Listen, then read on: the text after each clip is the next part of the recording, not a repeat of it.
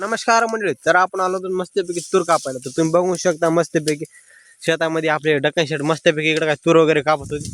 तर आपण वगैरे तूर वगैरे इकडे खूपच कापली होती. तर बघू शकता मंडळी मस्तपैकी इकडे कापूस वगैरे काय सगळं हेचून वगैरे घेतला. तर आपण तूर वगैरे घेऊ कापा. आपण पण तूर कापायला आलो होतो.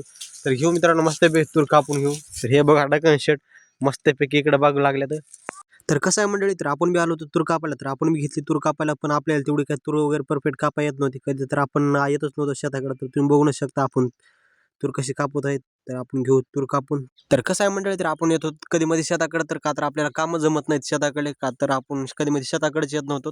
तर आपण आपल्याला घरी पण करमत नव्हतं, त्याच्यामुळे आलो होतो मस्तपैकी शेताकडे जावं म्हटलं. घरी दिवसभर होतो मी, पण नंतर करमत नव्हतं, त्याच्यानं यावं म्हणलं शेताकडं. तर आई म्हणली जा म्हणली तेवढीच तूर कापून घेत. तर आम्ही आलो होतो, मी डक्कन शेट आलो होतो मस्तपैकी तूर वगैरे कापायला. तर तिकडून गोट्या हाक मारून म्हणत होता भाऊ चल घरला. तर आम्ही म्हणलं येतोच भैया तू जाय पुढं. तर दिवस पण मावळ होता, तर तुम्ही पाहूनच शकता. तर आपण पण जायची तयारी केली, तर जाऊ मग मस्तपैकी. तर डक्कन शेट म्हणले तर भैया निघू. तर गोट्या तिकडून हाका मारून चल रे भैया चल म्हणत होता. तर आम्ही पण म्हणलं चला तर जाऊ आपण. डक्कन शेट म्हणला नाही नाही आपल्याला थोडीफार तूर कापायची आहे भाऊ म्हणला. तर आम्ही लगेच लागलो तूर कापायला. तर मस्तपैकी तर तर तेवढ्यात आई पण आली होती. तर आई म्हणू लागली कशी तूर कापलास कशी नाही तू बघू लागली.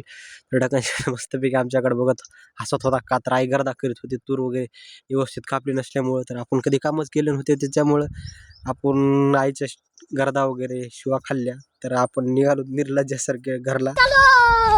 तर का तर तूर वगैरे कापून तर थोडीफारच झाली होती, त्याच्यानं मी आणि डक्कन निघालो घरला. तर डक्कन शेट मध्ये जाय भया घरी. तर मी निघालो इकडं. तर मस्तपैकी दस्ती वगैरे घेतली. तर मस्त मंडळी जाऊ आता घरी.